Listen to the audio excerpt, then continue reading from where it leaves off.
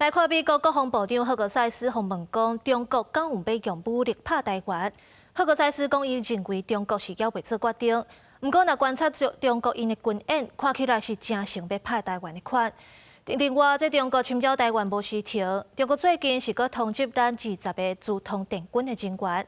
咱国防部表示，会加强掩护驻通电军的身份。准讲是予罗无停，国军天雷操演第二天继续伫屏东凤港北训场进行大炮的保养射击，真大的炮声，规个大地拢震动，验证训练的成效甲火炮战力。当时共军原来持续派强机舰侵扰台海，美国联邦参议院听证会顶，共和党籍的参议员格兰姆伊询问美国军方，中国是毋是按算伫必要的时阵，以武力来夺取台湾咧？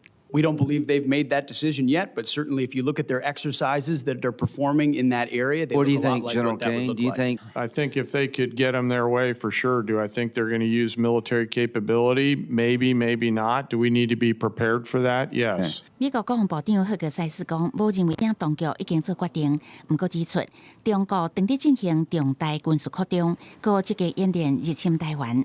除了武汉，中共最近也对咱20个驻通电军人员发布赏金的通缉。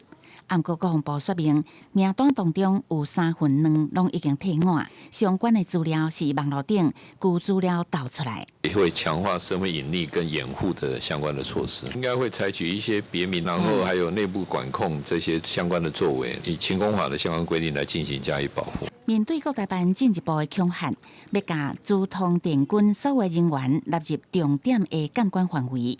顾立雄表示，强化驻通电军人员身份稳藏甲化名，这的相关措施，这个月底都会开始进行。如果说可以参考美军和其他国家做法，恢复这种类似兵籍号码的做法，等于是一个先天的防火墙，万一有民测外泄，比较容易追查。对于国军各自外泄，军事专家建议，军方会当思考开放兵籍资料，用其他编码的方式来代替身份证字号，通加强反情报的作业。公司新闻采访报道。